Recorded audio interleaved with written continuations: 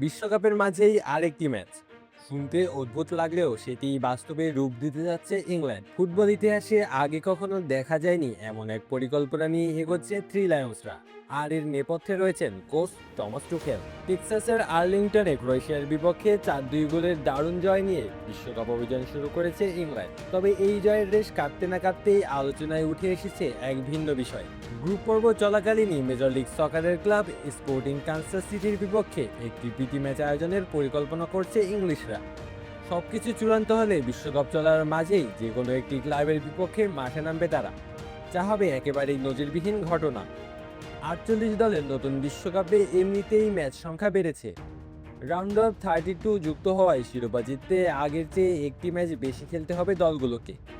কিন্তু ইংল্যান্ড যেন সেখানে থামতে রাজি নয়। ক্রোয়েশিয়া এবং ঘানার বিপক্ষে দুটি গ্রুপ ম্যাচের মাঝে দীর্ঘ বিরতিকে কাজ লাগাতেই পার্টি ম্যাচের চিন্তা করছে তারা। এই পরিকল্পনার পেছনে রয়েছে পুরোপুরি কৌশলগত ভাবনা। তুখেলের মতে দীর্ঘ বিরতির কারণে যারা মূল ম্যাচে পর্যাপ্ত সময় পাবেন না, তাদের কেবল অনুশীলনের মধ্যে আটকে রাখলে হবে না।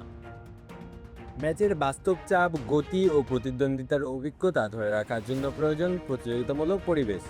আর সেই চাহিদা থেকেই জন্ম নিয়েছে এই অভিনব ধারণা। 5+ স্টার রেটিং প্রাপ্ত দেশের সর্বোচ্চ বিদ্যুৎ সাশ্রয়ী ও eco friendly Walton AC. Walton air conditioner, smart comfort এখন নেক্সট লেভেলে। এর আগেও ওয়েস্ট পাম বিচে ক্যাম্প চলাকালে মায়ামি এফসির বিপক্ষে বন্ধ দরজার আড়ালে একটি ম্যাচ খেলেছিল ইংল্যান্ড।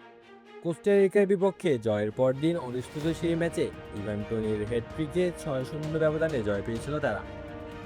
সেই অভিজ্ঞতা ইতিবাচক হওয়ায় বিশ্বকাপের মধ্যেও একই পথ অনুসরণ করতে চান টুখেল।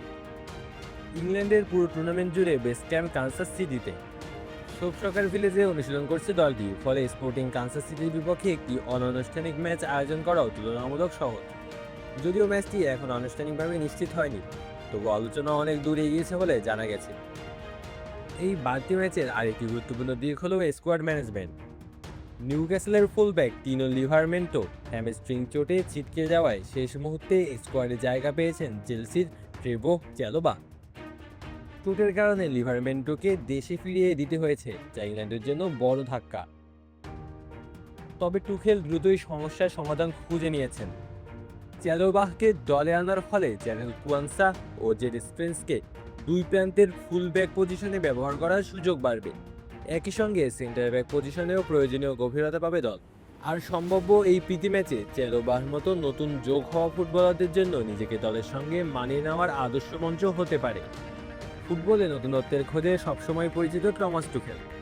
তবে বিশ্বকাপের মাঝখানে একটি ক্লাব দলের বিপক্ষে প্রীতি ম্যাচ আয়োজনের চিন্তা নিঃসন্দেহে তার সবচেয়ে ব্যতিক্রমধর্মী উদ্যোগগুলোর একটি। আলু আসি তালুকদার, অন ফিল্ড।